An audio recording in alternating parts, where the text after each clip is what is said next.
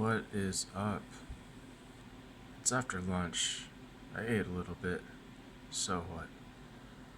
The more important thing is what crew is doing. Now, I've drawn some more pictures. Fortunately, they aren't too dirty. I tried to clean them up before I present them to you. But yeah, I've got the lines. Looks like we've got a channel. You see that nice channel? Yeah. I don't know what it means to be in the channel and what behavior, if it's bullish or bearish, but there's a channel. Maybe if I zoom out a little, get that whole figure in there, we can see what's really going on.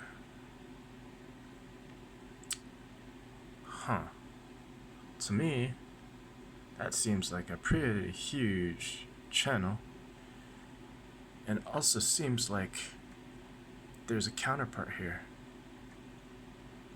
which is more like a wedge, continuation wedge, but right shoulder channel. So there's a lot of chances this is gonna go up later on long term, but for now it's staying in that range. It's a nice tight range. It's not a bad thing, but it's gotten some heavy action in the past 2 days. I think it might need to settle back down somewhere, keep it consistent. Yeah, we'll give it some time, but that's pretty much all I'm seeing now. See how the overextension, blowout top kind of played in, and we kind of reconfirmed that resistance. So that's what I'm gonna say. When things drop like that, it means that support breaks. Like I'm talking about this part right here, that sea of red.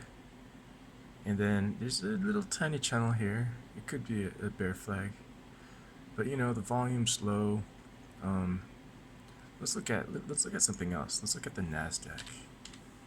I think that might help us, figure out what's really going on. Oh yeah, look at that. There's another bear flag. It's like kind of a channel, I guess.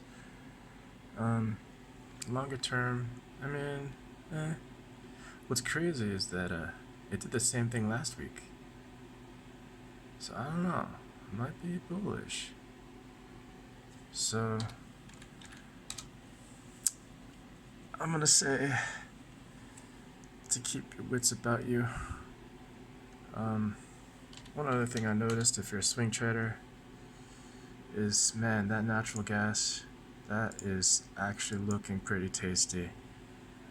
I'm not really a fan of natural gas usually, but in this case, I make my exceptions. It'd be actually a time to accumulate some natural gas before it blows out too much.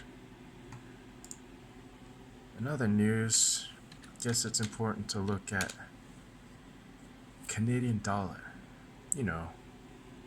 Did you know the nickname for Canadian dollar is the loonie? And that the bird is a loon? Anyways, it's still in a tight range.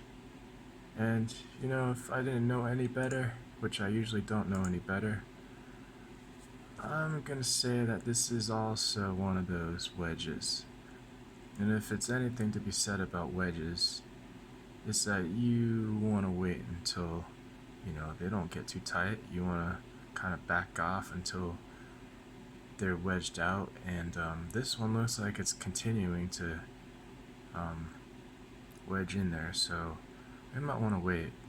The bias usually for wedges to the downside. There's a lot of room down there that really needs to be filled, and I'm all about filling those gaps. So let's see what happens. If that's the case, we have some mixed signals here. We're still waiting for her to tell her when to go, but in the brighter side, today has been a glorious day. I think the market makers are taking advantage of the macro market to set up trades for us. market makers are actually pretty friendly. They're not trying to screw you over if you know what you're doing. With that said, I'll put on another presentation later. Maybe show you some of the other enhanced